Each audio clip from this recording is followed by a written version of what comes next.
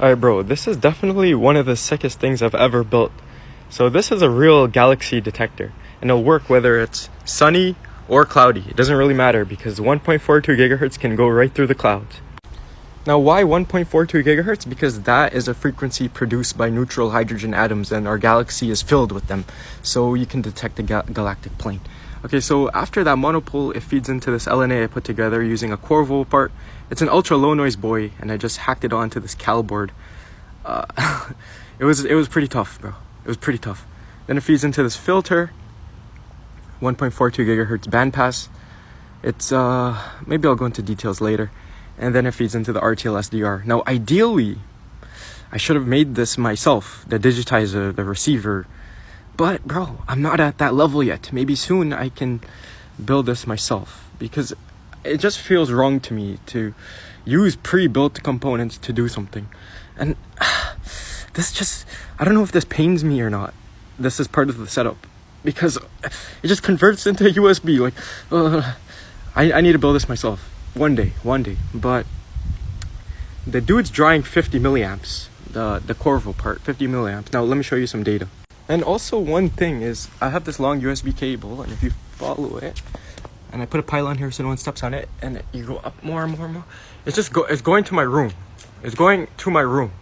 So you see here, the cable comes in right here. Whoa. So check this out. So this is the data I collected over, I feel like it's been almost 3/4 of a day. And my antenna is in a fixed position. You can see there's one bump here, one bump here. And this is when the galactic plane goes into the antenna's point of view. And then the other side of the galactic plane comes into the antenna's point of view. Oh my goodness. Because this was around last night at like 2 a.m. Okay, this is 2 a.m. last night. This is 11 right now. And then it will repeat. I'll show you. Okay, but here is a more clear representation of the processing. So this is the raw data I'm capturing from my receiver, and you can see there's shifts in the noise floor. My prediction is that has to do with heat, and it's changing the gain of my amplifier. So that's what's shifting up and down.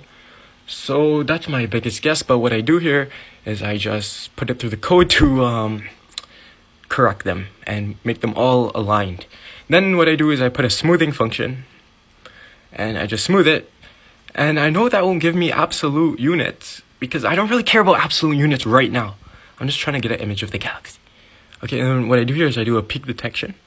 Okay, and that's what I'm plotting, the highest amplitude. So you can see, boing, boing. And if I were to keep this for like a week, you'd see 14 boings, because every day there's 2. And then I'm plotting the associated frequency with that amplitude, and you can see it right here.